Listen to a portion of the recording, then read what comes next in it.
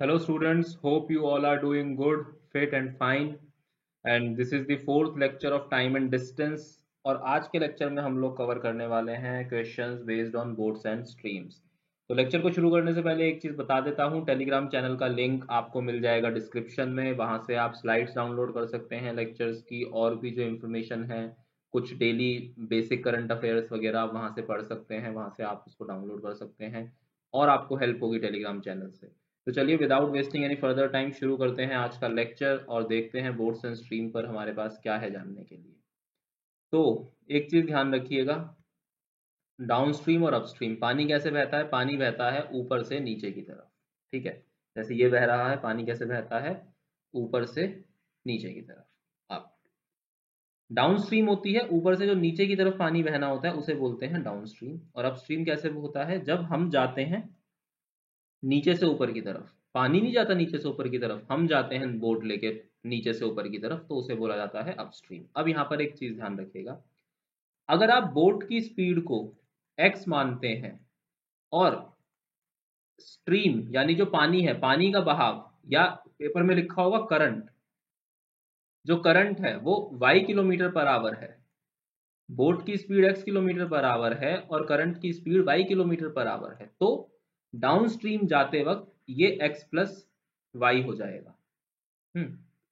Total speed कितनी हो जाएगी? x plus y. इसका मतलब पानी की स्पीड आपकी स्पीड में ऐड हो जाएगी। आप लोगों ने कई बार देखा होगा, जब बचपन में हम लोग साइकिल चलाते थे तो हवा, कई बार सामने से हवा होती थी तो साइकिल चलाने में बहुत फोर्स लगता था, और पीछे से अगर हवा होती थी, या हम किसी स्लोप के ऊपर साइकिल चलाते थे, इंक्लाइन के ऊपर नीचे आते थे अपनी साइकिल लेके, तो साइकिल बहुत तेजी से आती थी। क्यों? क्योंकि वो ग्रेविटी की वजह से वो इंक्लाइन की जो हमें स्पीड मिलती थी उससे हमारी स्पीड में ऐड हो जाता था। जब हम अपस्ट्रीम जाते हैं तो क्या होता है? बोट की स्पीड में से स्ट्रीम की स्पीड माइनस हो जाएगी।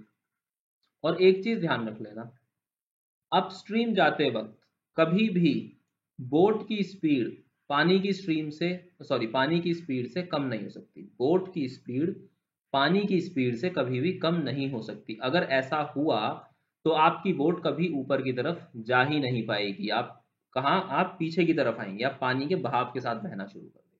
ठीक है जी। चलिए, इसी फंडे को बस ध्यान में रखना है कि अप स्ट्रीम जाते वक्त बोट में से स्ट्रीम की स्पीड माइनस हो जाती है और डाउन स्ट्रीम आते वक्त बोट में स्ट्रीम की स्पीड ऐड हो जाती है। पहला क्वेश्चन देख लेते हैं। A boat goes 12 kilometre in 1 hour. देखिए, a boat goes 12 kilometre in 1 hour. आज पेन का कलर चेंज करते हैं, आज किसी और कलर से पढ़ेंगे। इस कलर से पढ़ के देखें कैसा लगता है। हाँ, ये अच्छा कलर है, इससे पढ़ेंगे आज। A boat goes 12 kilometre in 1 hour in still water. इसका मतलब स्पीड कितनी हो गई जी बोट की? बोट की स्पीड हो गई 12 kilometre per our. Still water का मतलब है यानी पानी बह नहीं रहा। जब पानी स्थिर है तो स्थिर पानी में क्या होगा? केवल बोट की ही स्पीड होगी और कोई स्पीड नहीं होगी। ठीक है ना? तो बोट की स्पीड कितनी हुई? 12 किलोमीटर पर आवर। उसके बाद क्या लगता है? It takes thrice time in covering the same distance against the current। against the current का मतलब है जब वो अपस्ट्रीम जाती है। ये पानी बह रहा था और बोट को अगर ऐसे जाना पड़ता है तो उसे 3 टाइम्स ज्यादा समय लगता है, यानी 3 गुना ज्यादा समय लगता है सेम डिस्टेंस को कवर करने के लिए। यानी अगर वो स्टिल वाटर में 12 किलोमीटर को 1 घंटे में कवर कर लेती है, तो अपस्ट्रीम के केस में वो इस 12 किलोमीटर को 3 घंटे में कवर करेगी। इसका मतलब उसकी स्पीड कितनी हो गई? 4 kilometre per our. 4 kilometre per our हो गई जी उसकी स्पीड, जब वो अगेंस्ट द करंट जा रही है। इसका मतलब अपस्ट्रीम में, यानी स्ट्रीम की स्पीड कितनी थी? स्पीड ऑफ स्ट्रीम थी मेरी बोट माइनस अपस्ट्रीम कर दीजिए, कितना हो गया? 12 - 4 is equal to 8 kilometre per hour. ये मेरी क्या थी? स्पीड ऑफ स्ट्रीम थी। As simple as that. क्योंकि जब अपस्ट्रीम जाते वक्त बोट की कुल स्पीड 4 किलोमीटर हो गई। ऐसा क्यों हुआ? 4 किलोमीटर पर आवर क्यों हुई? क्योंकि बोट की जो स्पीड स्टिल वाटर है उसमें से आपने स्ट्रीम की स्पीड घटा दी होगी। तो स्ट्रीम की स्पीड कितनी थी? 8 किलोमीटर। 8 किलोमीटर घटाए थे, इसीलिए तो 12 की कितनी रह गई थी? 4 रह गई थी। इसलिए स्पीड ऑफ स्ट्रीम कितनी हो गई? 8 kilometre per our is the answer. Next question देखते हैं। Monu can row 12 kilometers in still water. It takes him twice as long to row up as to row down from the river, the rate of stream is। देखिए यहाँ पे हम ये मान लेते हैं कि मोनू जो है ना वो कुल, ये देखिए ये y किलोमीटर का डिस्टेंस था जो मोनू चलता था। एक चीज तो हमने ये मानी। उसके बाद दूसरी चीज हमने ये मानी, जो स्पीड ऑफ स्ट्रीम थी, जो स्पीड ऑफ स्ट्रीम थी वो थी x किलोमीटर पर आवर।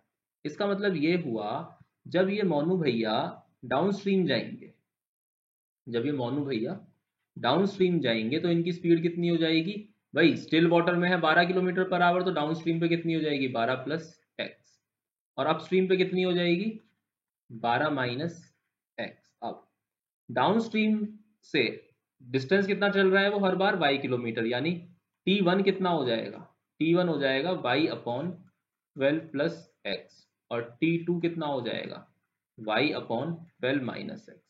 अब ऑब्वियस सी बात है कि ये टाइम जो है वो ज्यादा है, क्योंकि यहाँ पर स्पीड कम है। स्पीड क्यों कम है, क्योंकि अप स्ट्रीम जा रहा है, अप स्पीड में ऑब्वियसली टाइम ज्यादा ही लगेगा। कितना ज्यादा लग रहा है, ये टाइम 2 है, मतलब 2 टाइम्स ज्यादा है, ये दुगना दुगना समय लग रहा है। तो इसका मतलब क्या होगा, twice of t1 is equal to t2।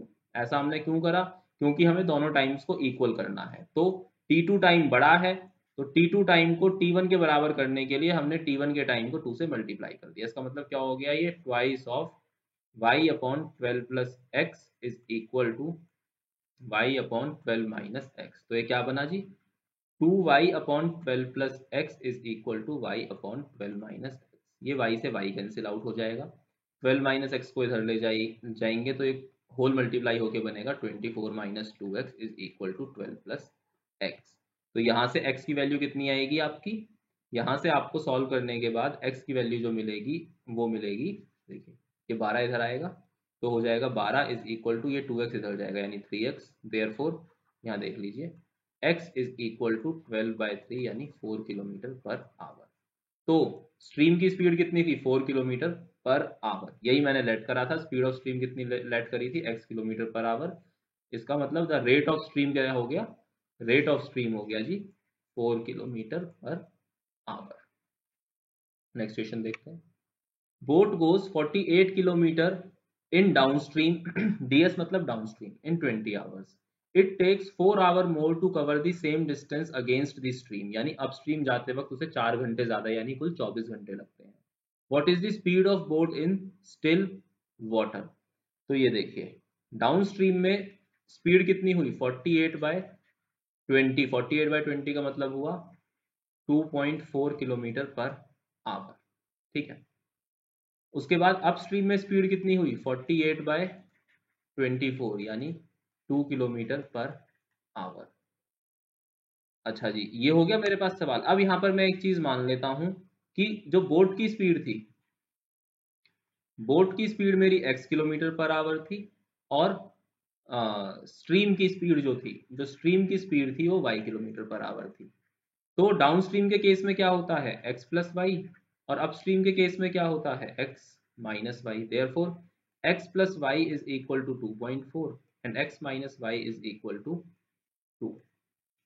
So 2x is equal to 4.4 and x is equal to 2.2। मेरे से क्या पूछा है, what is the speed of boat in still water. तो speed of boat in still water is 2.2 kilometre per hour. ये हो गया आपका आंसर। अगर अगर वो स्ट्रीम पूछे तो स्ट्रीम की स्पीड क्या हो जाएगी, इस 2.2 को उठा के कहीं पर भी रख दीजिए, माइनस कर दीजिए किसी में से भी, तो आपको स्पीड ऑफ स्ट्रीम मिल जाएगी।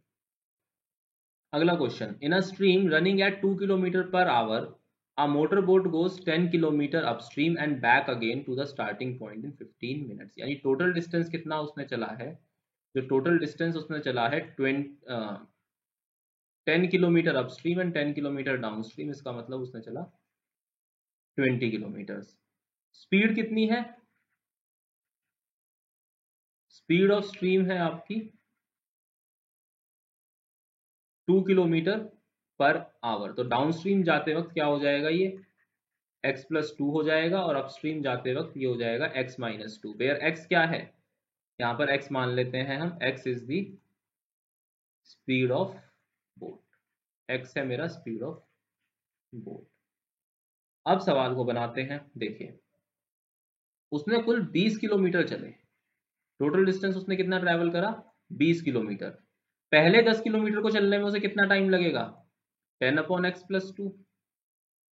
इन वाले 10 किलोमीटर को चलने में उसे कितना टाइम लगेगा 10/x-2। और अकॉर्डिंग टू द क्वेश्चन मेरे पास क्या चीज निकल कर आती है, देखिए अकॉर्डिंग टू द क्वेश्चन मेरे पास क्या चीज निकल कर आती है कि ये जो टाइम था, यानी कि ये जो A और ये जो B था, ये कुल कितना था, A प्लस B कितना था जी 55 मिनट्स था। इसका मतलब यहाँ पर ये क्या होगा 10/x+2 plus 10/x-2 is equal to 55 minutes. देखिए अब मैं एलसीएम में क्या लूंगा x+2 और x-2, ये यहाँ पर मेरा बचेगा 10x-2 plus 10x+2 is equal to 55 minutes है, तो उसको मैंने आवर्स में कन्वर्ट कर लिया 55/60 करके। ठीक है जी, ये क्या होगा मेरा यहाँ से 10 कॉमन आ जाएगा, 10 कॉमन आने के बाद अंदर कितना बचेगा, ये 2x बचेगा यहाँ पर ये, और ये नीचे कितना बचेगा, ये हो जाएगा मेरा x² - 4। कैसे, a plus b and a minus b. यहाँ पर देख लीजिए a² - b² का फॉर्मूला होता है a plus b a minus b. ये हुआ 55/60। अब यहाँ पर ये क्या हो जाएगा, क्रॉस मल्टीप्लाई कर दीजिए सीधा सीधा, ये 600 इधर, ये 60 इधर आएगा तो ये बनेगा 600 × 2 यानी 1200x इज इक्वल टू, ये इधर जाएगा तो ये बनेगा 55x² माइनस, और ये मल्टीप्लाई होगा कितना बनेगा, यहाँ पर ये होगा 4 पंजे 20, 0 2, 4 पंजे 20 और 2 22, यानी कि 220 बनेगा ये।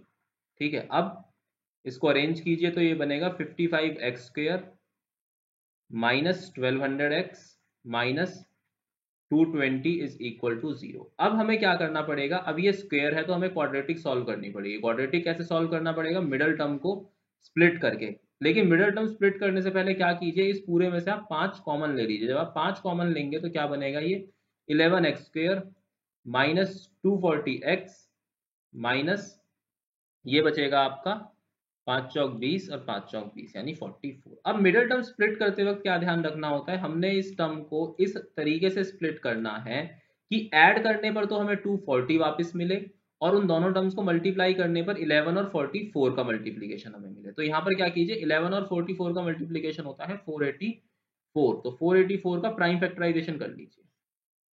2 4 2 1 2 1 11 और 11, तो क्या बनाइए 11 11 21 दूनी 11 11 121 दूनी 242 दूनी 484। तो मिडिल टर्म कैसे स्प्लिट होगी, 240 को मैं क्या लिख सकता हूँ, 240 को मैं लिख सकता हूँ यहाँ पर देखिएगा 11x² minus 242x plus twice of x minus 44 is equal to 0। इसमें से 11 कॉमन ले लीजिए x के साथ, तो जब आप 11x कॉमन लेंगे तो ये बचेगा क्या, x माइनस 22, तो कितना बचेगा ये यहाँ पे 22 प्लस यहाँ से 2 कॉमन ले लीजिए तो ये क्या बचेगा x minus 22 is equal to 0। फिर से क्या कॉमन ले लेंगे, x minus 22 and x minus 22, तो x माइनस 22 हमने कॉमन ले लिया, क्या बचा 11x plus 2 is equal to 0। So x is equal to 22, और यहाँ से क्या बचेगा मेरे पास, जब मैंने ये कॉमन लिया था तो मेरे को बचा यहाँ पर 11x प्लस 2, तो यहाँ से x की वैल्यू क्या आएगी मेरी 2/11। तो अब यहाँ से आपको x की दो वैल्यूज मिली हैं, 2/11, किसका 2/11 होगा यहाँ पर, ये माइनस का, यहाँ देखिए कर्सर कहाँ गया, ये रहा, ये होगा माइनस का। तो माइनस वाली वैल्यू को तो आप स्ट्रेट फॉरवर्ड नेग्लेक्ट कर देंगे, तो आपका आंसर क्या हुआ, x is equal to 22 is your answer. तो speed of still, find the speed of motor boat in still water, तो मोटर बोट की स्पीड इन स्टिल वाटर कितनी हो गई यहाँ पर 22 किलोमीटर पर आवर, ये होगा मेरा आंसर। क्वेश्चन थोड़ा बड़ा था इसलिए हौच पौच हो गया, लेकिन आप ध्यान से सुनते हुए इसको स्टेप बाय स्टेप करेंगे, क्योंकि इस स्टेप के बाद तो आपको खुद ही सॉल्व करना है। देखिए मेरा काम तो यहाँ पर खत्म हो गया, जहां पर मैंने अकॉर्डिंग टू द क्वेश्चन लिखा वहां पर मेरा काम खत्म हो गया, यहाँ मेरी जॉब खत्म हो गई। आगे कैलकुलेशन तो आपको ही बनानी है, आप जितना उसे बेहतर तरीके से कर लेंगे उतना आपके लिए आसान होगा। तो चलिए अगला क्वेश्चन देखते हैं। A man's speed with the current is 15 kilometre per hour and the speed of current is 2.5 kilometre per hour. The man's speed against the current is, उसने पूछा है आदमी की स्पीड अगेंस्ट द करंट में कितनी हो जाएगी। देखिए विद द करंट कितनी है, यहां पर देखते हैं हम। विद करंट है 15 किलोमीटर पर आवर और करंट की स्पीड है कितनी, 2.5 किलोमीटर पर आवर। इसका मतलब स्पीड ऑफ मैन कितनी हुई, स्पीड ऑफ मैन हुआ 15 माइनस 2.5, इसका मतलब कितना हुआ ये 12.5 किलोमीटर पर आवर। ये किसकी स्पीड है, ये मैन की स्पीड है। अब जब वो अगेंस्ट द करंट जाएगा तो क्या होगा, अगेंस्ट द करंट जाने में करंट की स्पीड माइनस हो जाती है, इसलिए अगेंस्ट द करंट की स्पीड कितनी हो गई, अगेंस्ट द करंट की स्पीड हुई 12.5 माइनस 2.5 यानी 10 kilometre per our is your answer. इससे सिंपल क्या लोगे, सोचो अगर ये सवाल यूपीएससी पूछ ले तो कैसे मजे आ जाएंगे आप लोगों के, ना हींग लगे ना फिटकरी, रंग भी चोखा है। अगला देखते हैं। A boat can travel with a speed of 13 kilometre per hour in still water. If the speed of stream is 4 kilometre per hour, find the time taken by the boat to go 68 kilometre downstream. देखिए सब कुछ आपको इसमें दिया हुआ है। Boat की speed कितनी दी हुई है 13 kilometre per our, speed of stream कितनी दी हुई है 4 किलोमीटर पर आवर, तो डाउन स्ट्रीम में स्पीड कितनी हो गई 13 + 4 17 किलोमीटर पर आवर। कितना जाना है, डिस्टेंस कितना ट्रेवल करना है उसे डाउन स्ट्रीम में 68 किलोमीटर। इसका मतलब टाइम कितना हो गया उसके लिए, हे भगवान 68/17 यानी 4 आवर्स। इससे आसान और क्या लोगे। और इसी तरीके के सवाल आते हैं पेपर में ना। अ boat running upstream takes 8 hours and 48 minutes to cover a certain distance, while it takes 4 hours to cover the same distance running downstream. What is the ratio between the speed of boat and the speed of water current respectively? तो इस question को करने का तरीका क्या होगा, यहाँ पर देखिए ध्यान से। मैंने माना डाउनस्ट्रीम को मैंने माना x किलोमीटर, सॉरी डाउनस्ट्रीम को x किलोमीटर नहीं, बोट को मैंने माना x किलोमीटर पर आवर पर चल रही थी और स्ट्रीम को मैंने माना y किलोमीटर पर आवर पर चल रही थी। तो डाउनस्ट्रीम में स्पीड कितनी हो जाएगी x + y और अपस्ट्रीम में स्पीड कितनी हो जाएगी x - y। उसको सेम समय लगता है, सेम समय नहीं लगता, इसको डाउनस्ट्रीम में उसे समय लगता है कितना 4 आवर्स और अपस्ट्रीम में उसे समय लगता है 8 आवर्स एंड 48 मिनट्स। तो देखिए इस 4 आवर्स को तो आप लिख लीजिए यहाँ पर 240 मिनट्स और इस अपस्ट्रीम की स्पीड है जो 8 आवर्स 48 मिनट्स, ये हो जाएंगे टोटल कितने 480 + 48 विच इज इक्वल टू 528। तो यहाँ पर स्पीड कितनी हो गई है 520, स्पीड नहीं टाइम हो गया 528 मिनट्स। अप स्ट्रीम में लगे 528 मिनट, डाउन स्ट्रीम में लगे 240 मिनट्स। डिस्टेंस उसने सेम ही ट्रेवल करा है, तो डिस्टेंस को मैंने लेट से डी लेट कर लिया। तो d upon x + y, d upon x - y, ratio निकालना है ना, तो मैंने दोनों को रेशो में ले लिया, is equal to what 240 upon 528, क्योंकि ये d/x + y 240 मिनट्स लगते हैं, d upon x - y 528 minutes लगते हैं। ठीक है, d से d कैंसिल होगा, ये x - y ऊपर चला जाएगा, तो ये क्या बना x - y upon x + y is equal to 240 upon 528।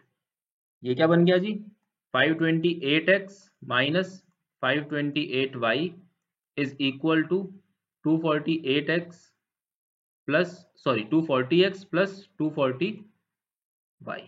इस x को इधर ले आइए, y को उधर ले जाए, y वाली टर्म्स को y वाली साइड और x वाली टर्म्स को x वाली साइड, ऐसे कर दीजिए। आप इसको लेकर आएंगे तो माइनस हो जाएगा, तो ये कितना बचेगा 288x।